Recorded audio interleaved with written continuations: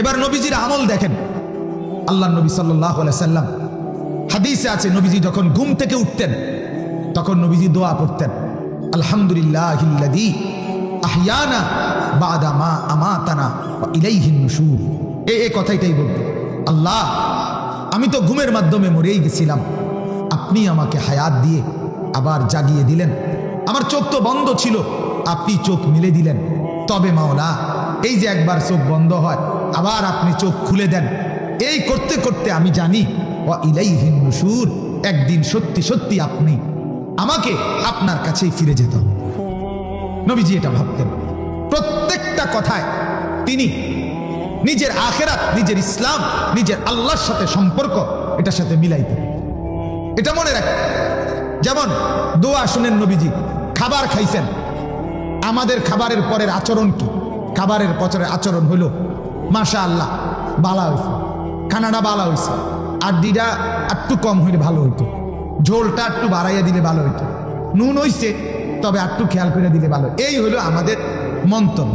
কিন্তু আল্লাহর নবী সাল্লাল্লাহু আলাইহি সাল্লাম হাদিসের মধ্যে আছে, খাবার শেষে তিনি দোয়া করতেন, আলহামদুলিল্লাহিল্লাযী আত'আমানা ওয়া সাকানা।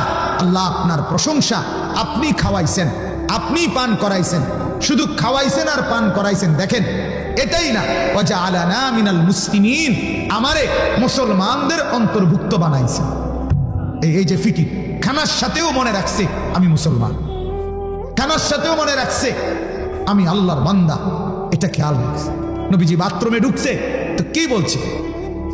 কি বলছে? বিসমিল্লাহ আল্লাহুম্মা ইন্নী আউযু বিকা মিনাল খুবুসি ওয়াল খাবাইস। আল্লাহ আপনার নামে আপনার কাছে পানাহ চাচ্ছি সমস্ত দুষ্ট মন্দ জিন শয়তানের অনিষ্ট থেকে। তাইলে দেখেন, বাথরুমে যাচ্ছে, এই সামান্য কাজের ক্ষেত্রেও আল্লাহর নবী আল্লাহর সাথে সম্পর্ক জুড়ে এরপরে যাচ্ছে, মাওলা আমি আপনাকে ভুলি নাই, ঘুমানোর আগেও ভুলি নাই, ঘুম থেকে উঠেও ভুলি নাই, খাওয়ার আগেও ভুলি নাই, খাওয়ার পরেও ভুলি নাই, পান করার আগেও ভুলি নাই, পান করার শেষেও ভুলি নাই। প্রতিটা কদম কদম কদম কদম আল্লাহর নবী আল্লাহকে মনে রেখে রেখে জিন্দেগি কাটাইতেন। এই কথাটাই আল্লাহ বলছেন, বান্দা আমার জমিন ব্যবহার করো, আমার রিজিক ভোগ করো, আমার জমিনে চলাচল করো, আমার জমিন থেকে তুমি উপকৃত হও, তবে শুধু এটা মনে রাখো ওয়া ইলাইহিন নুশুর, আমার কাছে তোমাকে ফিরতে হবে। কার কাছে বলেন না? অতএব বাপ, এটাই আমার বক্তব্য। আমিও ভাবি, আপনিও ভাবেন। ওদিকে তাকায়েন না ভাই।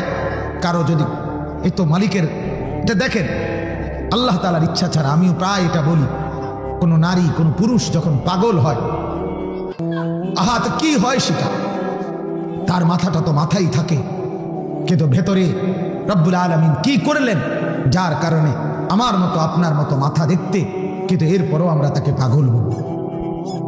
তার মানে বোঝা গেল আমার এক এক সেকেন্ডের সুস্থতা আমার আল্লাহর হাতে, আমার আল্লাহর হাতে, আমার আল্লাহর হাতে। আমার গলার ভেতরে ভোকাল কর্ডে যেখান থেকে কথা বের হয়, সেখানে মাইক্রোস্কোপ যন্ত্র দিয়া, অনুবীক্ষণ যন্ত্র দিয়ে দেখা যায় এরকম ছোট্ট গোটা, যেটা স্বাভাবিক দেখলে বোঝা যায় না, এত সামান্য গোটা, যার কারণে আমার কথা বন্ধ হয়ে গেছে, আটকায় যায়, কথা বের হচ্ছিল না। অপারেশন করছে, এরপর আলহামদুলিল্লাহ কিছুটা কথা বলার তৌফিক আল্লাহ দিয়েছেন। এখন এ শুধু এই অনুবীক্ষণ যন্ত্রে দেখা যায় এমন সামান্য গোটা পরিষ্কার করতে 4,20,000 টাকা সর্বমোট আসা যাওয়ায় আমার খরচ হয়েছে ইন্ডিয়ায়। তাহলে আপনি বলেন, আমার এই পুরা হাত যদি ঠিক করতে হয়, আমার যদি পাও ঠিক করতে হয়, আমার দেহের এক এক অঙ্গ যদি ঠিক করতে হয়, তাহলে এবার ভাবেন তো বাপ, যুবক ভাইয়া, তুমি ভাবো, তোমার হাত ধরে বলি ভাইয়া, মাথার চুল থেকে পায়ের নখ পর্যন্ত আল্লাহ তাআলা আমাকে আপনাকে কত লক্ষ কত কোটি টাকার সম্পদের এক দেহ আল্লাহ তাআলা দান করেছে। বলেন না ভাব, একটা একটা অঙ্গ ঠিক করতে চাই, বলেন। এজন্য কদর করলেন না, চিনলেন না নিজের সুস্থতা, নিজের যৌবন, নিজের জিন্দেগি ভুলেই গেলেন। আল্লাহর দেওয়া দুনিয়া ভোগ করছেন, আল্লাহর দেওয়া রাত। আমি কালকে কিশোরগঞ্জ গেছি মাহফিলে, ভৈরব থেকে মাগরিবের পরে আমি আপনার এতটা কুয়াশা, মাগরিবের পরে একটু পরেই ভৈরব থেকে পাকুন্দিয়া কয় কিশোরগঞ্জ মাহফিলে গেছি, যখন পৌঁছছি তখন বাজে রাতের 10টা। মানে গাড়ি একটু একটু একটু করে 100 করে আগাইছে, এতটা কুয়াশা। তাইলে আমি ভাবলাম, ভাই মালিক, কিছুদিন আগেও তো আমি আসছি, তখন তো চতুর্দিকে এমন কুয়াশা দেখি নাই। তাইলে এই জমিনের ভিতরে কে এই কুয়াশা এনে দিলেন, ঠান্ডা এনে দিলেন, আবার সেই ঠান্ডা কিছুদিন পরে গরমে রূপান্তরিত করবেন। প্রতিনিয়তই রাত আনে, দিন আনে, সকাল আনে, দুপুর আনে, সন্ধ্যা আনে, রাত্রি আনে। আপনি আমি হাসেন, কাঁদেন, হাঁটেন, চলেন, উঠেন, বসেন। দোস্ত, একটা বারও কি ভাবেন না এই কাজগুলো আমার দেহে কে করছে? যিনি করছে তার কথা একবারও মনে হয় না? কি ভাইয়া, আজকের দিনে যতবার হাত উঠাইলেন, পা উঠাইলেন, হাত নাড়াইলেন, চোখের পলক ফেললেন, কানের আওয়াজ ব্যবহার করলেন, জবানের কথা ব্যবহার করলেন, মোবাইলে যতবার ছবি দেখলেন, নাচ দেখলেন, উলঙ্গ দৃশ্য দেখলেন, বা যাই দেখলেন, এই চোখ, এই কান, এই হাত, এই পাও যিনি দিলেন, যিনি শুধু দিছেন না বরং ব্যবহারের উপযোগী করছেন, তাকে একটা সেজদা দিতে মনে হইল না? আপনি মানুষ যুবক, তুমি মানুষ, তুমি মানুষ মিয়া। তাহলে জানোয়ার বলবা কাকে? একটা বারও তোমার মনে হলো না কথা? ফজর গেল, জোহর গেল, আসর গেল, মাগরিব গেল, এশা গেল, একটা সিজদা দিতেও মন চায় না। হায় হায় হায়, মুসলমান পরিচয়ধারী এত শক্ত হয় কেমনে বাপ? আমারে বলেন না, মুসলমান পরিচয়ধারী একটা মানুষ এত শক্ত হয় কেন? এত পাষাণ হয় কেন?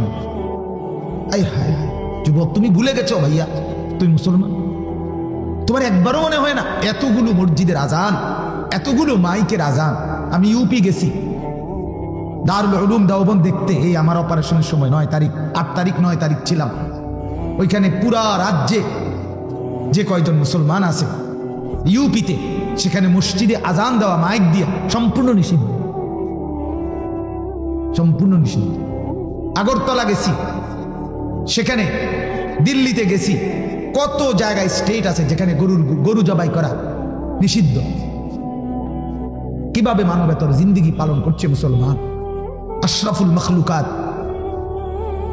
সেখানে রব্বুল আলামিন আমাদেরকে এখনো তো আজান দেওয়ার সুযোগ দিছে, এখনো তো আমাদেরকে মুসলমানের পরিচয় নিয়ে হাঁটার সুযোগ দিছে বাপ। কিন্তু আমরা কদর করলাম না, আমরা কদর করলাম না, কদর করলাম। আমি ডিসেম্বরের সেই 8-9 তারিখ যখন দেখছি, তখনই দেখছি দেওবন্দের ওই এলাকায় ইউপিতে, সেখানে ঠান্ডা, প্রত্যেক রুমে রুমে হিটার, আগুনের গরম হিটার, হিটার জ্বালাইয়া থাকতে হয়, বসতে হয়, রাত্র কাটাইতে হয়। আর প্রচন্ড শীতেও তো আমার বাংলাদেশের আবহাওয়া এতটা শীত না, এতটা বরফ আচ্ছাদিত না। আমেরিকার একটি শহর, পুরা বাফেলো শহর, আজকে 1 সপ্তাহের চাইতে বেশি 15 দিনের মতো সম্পূর্ণ বরফে আচ্ছাদিত হয়ে একটা প্যাকেট হয়ে গেছে, প্যাকেট। আপনি পত্রিকায় দেখেন। রব্বুল আলামিন আমাদেরকে কি পরিমাণ নিয়ামত দান করছেন ভাইয়া, অথচ মালিকের কথা মনে হয় না, আল্লাহর কথা মনে হয় না বাপ। কেমনে বললে বুঝলেন? কেমনে বললে বুঝবেন? কিভাবে বললে বুঝতেন? আমি নিজেও বুঝি না, আমার যে আর গলা চলে না। এই জন্য আল্লাহ তাআলা বললেন, আমার বান্দা তুমি আমার জমিন ব্যবহার করো, ভোগ করো, কোনো সমস্যা নাই, শুধু এটা মনে রাখো আমার কাছে আসতে হবে, আমার কাছে ফিরতে হবে। ওয়া ইলাইনা তুরজাউন, আমার কাছে আসতে হবে। ইলাল্লাহি মারজিউকুম জামিআন, সবাইকে আসতে হবে, সবাইকে আসতে হবে। এখানে আছে কোরআনে আল্লাহ বলছেন, কুল হুয়াল্লাযী দারাআকুম ফিল আরদ ওয়া ইলাইহি তুহশারুন। আল্লাহ তাআলা বলে, জমিনে বসবাসের উপযোগী আমি করেছি, আমার কাছেই তোমাদেরকে ফিরে আসতে হবে, জমা হইতে হবে, একত্র হইতে হবে। অতএব এটাই আমার আজকে বক্তব্য আপনাদের কাছে। এই মূল কথা এটাই যে আমি আপনি প্রত্যেকে জীবন চলেন, বাবা, জওয়ান, বুড়ো, সবার কাছে ভাই অনুরোধ, চাকরি করেন, ব্যবসা করেন, লেনদেন করেন, আয় করেন, উপার্জন করেন, যে যাই করেন, দয়া করে এতটুকু শুধু মনে রাখেন, জীবন চলার পথে আমাকে আল্লাহর কাছে ফিরতে হবে। কার কাছে ফিরতে হবে বলেন না? অতএব যদি মনে করেন এটা আল্লাহর কাছে ফিরবেন, তাহলে নামাজ পড়েন, আল্লাহর গোলামি করেন, হারাম ছাড়েন, গুনাহ ছাড়েন, অবৈধ উপার্জন ছেড়ে দেন, মদ জুয়া ছেড়ে দেন, সুদ ঘুষ ছেড়ে দেন, জিনা ব্যভিচার ছেড়ে দেন, অশ্লীলতা উলঙ্গপনা ছেড়ে দেন, মার বোনের বেপরদিগি বন্ধ করে দেন।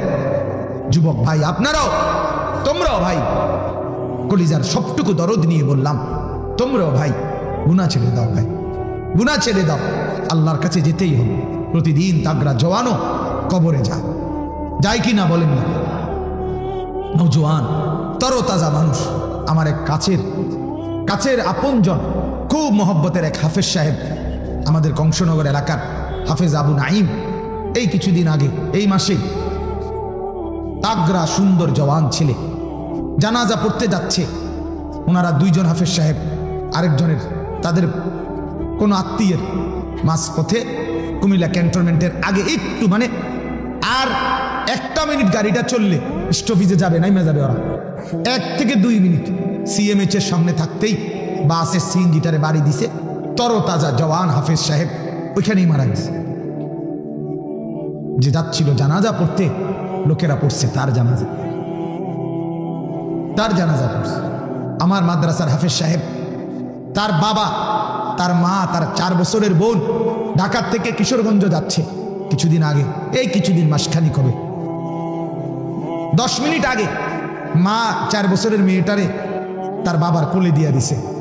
নরসিংদী আসছে, আর ডিস্ট্রিক্টের মধ্যে বাড়ি খাইছে। বাবা কোলে বাচ্চাটা নিয়েই ওইখানেই মারা গেছে।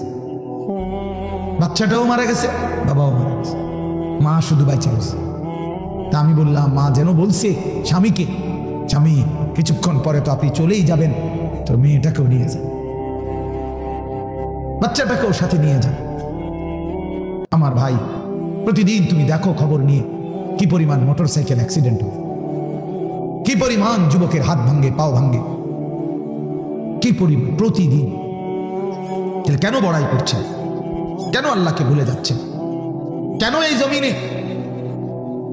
বসবাস করেও আল্লাহর জমিনে কেন আল্লাহকে নারাজ করছেন?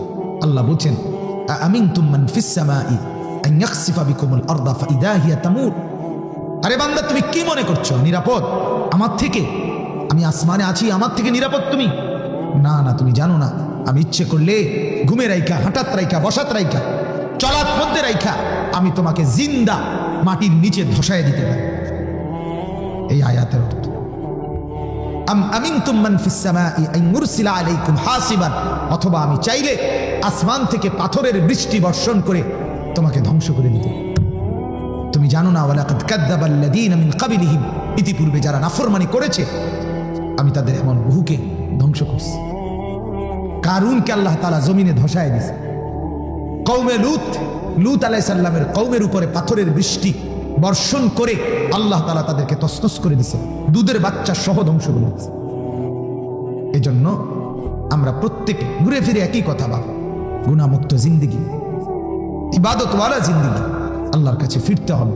আজকের এই বামগড়া মদিনাতুল উলুম মাদ্রাসায় আপনাদের কাছে অনুরোধ, আপনারা কমপক্ষে এতটুকু চেতনা নিজের ভেতরে রাখেন, গুনাহ থেকে বাঁচেন। যুবকরা আমাকে মহব্বত করেন, আমি জানি ভাই, আমিও আপনাদেরকে কলিজার সবটুকু দিয়ে মহব্বত করি, কিন্তু মহব্বতের এই দাবিতে আপনারা বলেন, ভাই কেন ইসলাম ছেড়ে দিলেন? কেন আল্লাহকে ছেড়ে দিলেন? কেন ইসলামকে অপছন্দ করলেন?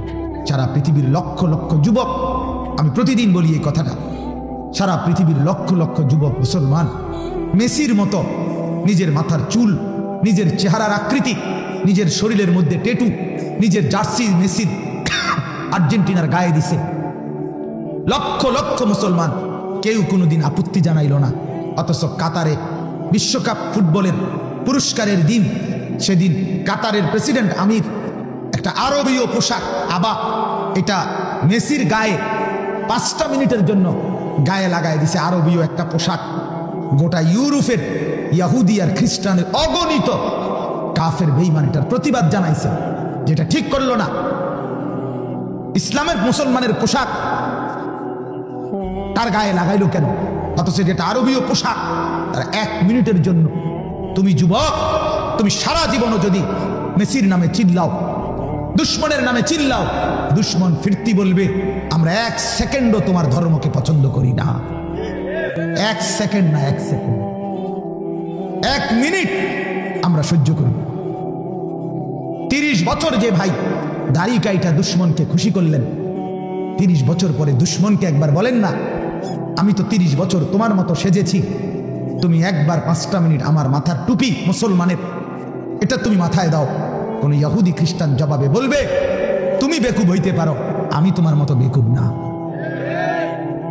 বেকুব। আজ থেকে এই খ্রিস্টানদের বর্তমানে অবস্থার আগেও রোমান যে সভ্যতা ছিল, রোম, ইটালির রাজধানী রোম, এই রোমান সভ্যতায় একটা কথা শুধু শুনেন, রোমান সভ্যতায়, রোমান আমলে তখনকার কাফের মুশরিক যারা ছিল তাদের একটা দেবতা ছিল। ওই জামানায় দেবতার 2টা মুখ ছিল, 2 মুখার দেবতা। দেবতার একটা মুখ পর্দা এমন সিস্টেমে বানাইতো তারা, দেবতার একটা মুখ থাকতো সামনে, আরেকটা মুখ থাকতো পিছনে। এই ছিল দেবতার 2 মুখা দেবতা। এই 31শে ডিসেম্বর রাত যখন 12টা বাজার, 11টা 58 59 এই সময়ে টাইম বাঁচত, তখন তারা ওই 2 মুখা দেবতার দেবীর তারা সামনের মুখের কাছে আইসা তারা প্রার্থনা করত যে দেবতা, আমাদের এই বছরটি ভালোই গেছে, আপনার মঙ্গলে, আপনার আশীর্বাদে আমাদের এটা কল্যাণে গেছে। এটা এরপরে ঠিক 12টা বাজলেই তারা পিছনের মুখে গিয়া, পিছন দিক দিয়া গিয়া ওই মুখের কাছে গিয়া বলতো যে হে দেবতা, আমাদের আজকের সামনের এই বছরটা এটাও যেন আপনার দয়ায়, আপনার অনুগ্রহে যেন মঙ্গলে কল্যাণে কাটে, আপনি আশীর্বাদ করে দেন। এইটাই হলো 31st নাইট, এটাই 31শে ডিসেম্বরের উদযাপন। আপনি বলেন কোন সভ্য ভদ্র ন্যূনতম বিবেক আছে? বিবেকের মধ্যে শয়তানে পেশাব করে নাই এমন সুস্থ, পাগল না, মাতাল না, এমন সুস্থ কোন মুসলমান যুবক মানুষ, পুরুষ, নারী যার ভিতরে মুসলমানের একটা জাররা আছে ইমানের, সে এইটার দ্বারা এই 31শে ডিসেম্বর 31st নাইট বর্ষবরণের নামে সম্পূর্ণ ওদের ওই দ্বিমুখী দেবতার যে উৎসর্গ করে এইটার সাথে উচ্চারণ করে এটা উদযাপন করার কোন যুক্তি ন্যূনতম পাগলের আসেনি? কোন যুক্তি এটা বলে না। কি কারণ থাকতে পারে ভাই? পাগল কি এভাবে হয়ে গেল? একটাবার জানতেও চাইলা না আমি এটা কি পালন করি? একটাবারও জানার দরকার ছিল না, একটাবার বুঝারও দরকার ছিল না এটা কি 31st নাইট। সরকার, মাননীয় স্বরাষ্ট্রমন্ত্রী গত 3-4 দিন আগে সরাসরি সংবাদ সম্মেলনে ঘোষণা দিছে 31শে ডিসেম্বর সন্ধ্যা 6টা থেকে 1 জানুয়ারি সন্ধ্যা 6টা পর্যন্ত কোন বার, মানে যেখানে মদ বিক্রি করে সেখানে মদ বার খোলা থাকবে না, বন্ধ রাখতে হবে, মানে মদ বিক্রি হবে না। 31শে ডিসেম্বর থেকে 1 জানুয়ারি সন্ধ্যা পর্যন্ত কোনো ব্রিজ, এরপরে পার্ক, রেস্তোরাঁ খোলা, কোনো জায়গায় কোনো নাচ গান হই হুল্লুরের অনুষ্ঠান করা যাবে না। তার মানে কি বুঝাইলো? বুঝাইলো এইটাই, এইটার সাথে যে অসভ্যতা যুক্ত হয়েছে এটা সুস্থ স্বাভাবিক বিবেকেও পছন্দ করে না। তাহলে ইসলাম কিভাবে পছন্দ করবে? সেদিন প্রথম অসংখ্য মেয়ে 31শে ডিসেম্বরের 31st উপলক্ষে প্রথম ধর্ষিতা হয়, উদ্বোধন হয়। সেদিন পরকীয়ার প্রথম উদ্বোধন হয়, প্রেমের উদ্বোধন হয়, নতুন বছরে জিনা ব্যভিচারের অসংখ্য নোংরামির উদ্বোধন হয়। সেটা একজন মুসলমানের প্রিয় কেমন হইতে পারে? কেন আমার যুবক মুসলমান, আমার নওজোয়ান ছেলে মেয়েরা এরা কি এত পাগল হয়ে গেল? ইসলাম কি আমরা এভাবে ভুলে গেলাম? ইসলাম আমাদের কিছুই দেয় নাই, কোরআন আমাদের কিছুই দেয় নাই, আমাদের ধর্মে তাহলে কিচ্ছু নাই। তাইলে যুবক ছেড়েই দাও, মাঝপথে ঘোষণা দিয়ে দাও বাজারে সবার সামনে, আমি মুসলমান না, আমি বেঈমান বলে দাও। ধর্মের পরিচয় রাখছো কেন? অতএব আমার অনুরোধ, এখানেও যারা যুবক ভাই আছেন, 31st নাইটের নামে, 31শে ডিসেম্বরের নামে এই মূর্তি পূজার, অসভ্যতার, নোংরামির কোন সংস্কৃতি আমাদের জীবনে যেন না আসে। বলেন ইনশাআল্লাহ। যদি তুমি মানুষের বাচ্চা হয়ে থাকো, যদি তুমি মুসলমানের সন্তান হয়ে থাকো, যদি তুমি মায়ের দুধ পান করে থাকো, যদি তুমি মুসলমান বাবার পয়সায় বড় হয়ে থাকো, তো আমি বন্ধু, আমি ভাই অনুরোধ করলাম, যদি তোমার পেটে পবিত্র মার দুধ থাকে, মুসলমান মায়ের দুধ থাকে, তো তুমি 31st নাইটের নামে কোন উদযাপন, কোন অসভ্যতা, কোন নোংরামি মোবাইল দিয়েও করবা না। ছবি বিনিময় করে, ফুল বিনিময় করে, নোংরামি বিনিময় করে কোনো কিছু করবা না। বলো ইনশাআল্লাহ ভাই। আল্লাহ তাআলা তৌফিক দান করে, আল্লাহ তৌফিক দান করে। আর যদি কোনো অসভ্য বলে, ভাই হুজুরিতা আমার দরকার নাই, আমি অসভ্য আপনি আমারে বললেই কি আর না বললেই কি, ঠিক আছে ভাইয়া চলো।